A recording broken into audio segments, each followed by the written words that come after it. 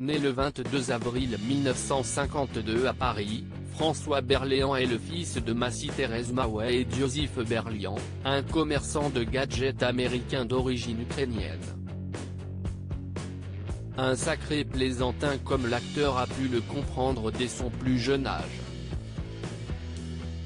En effet, comme il l'a confié au micro d'Anne Roumanoff dans l'émission Ça fait du bien diffusée sur Europe 1 ce jeudi 29 octobre, le comédien a été la cible d'un mauvais tour de son père qui, lors d'un dîner en famille, lui avait affirmé qu'il était le fils de l'homme invisible. Du haut de ses 11 ans, au moment des faits, le principal concerné a failli devenir fou suite à cette révélation. Vous pensez que si est vrai, vous vous regardez devant la glace et vous vous dites « Mes parents ont dû trafiquer la glace pour pas qu'on voit que je suis invisible », a résumé l'humoriste et animatrice. Absolument, a avoué François Berléand.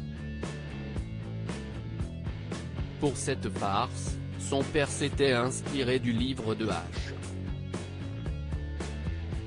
G. Wells de 1897 titré L'homme invisible, qui fut ensuite adapté en série du 8 septembre 1975 au 26 janvier 1976 avec, en vedette, David McCallum dans la peau du docteur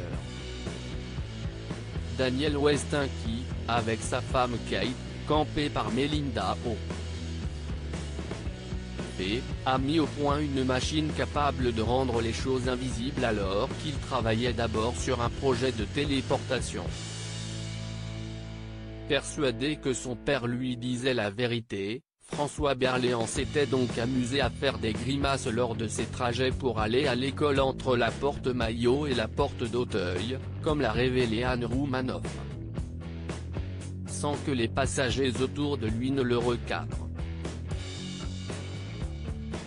François Berléand, j'ai décidé de rire de tout. Ce fut finalement avec l'aide d'un psychologue que François Berléand a compris avoir été victime d'une supercherie.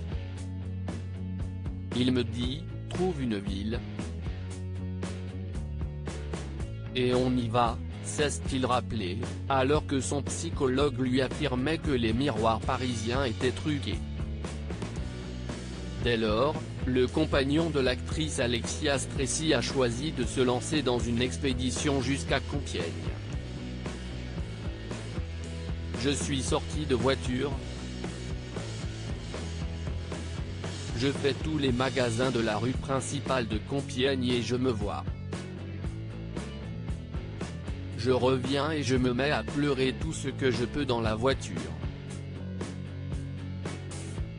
Un chagrin qui aurait duré un mois entier mais qui l'a convaincu de faire face à tout obstacle muni d'un infaillible sourire, lui qui a vécu un enfer pendant plusieurs années.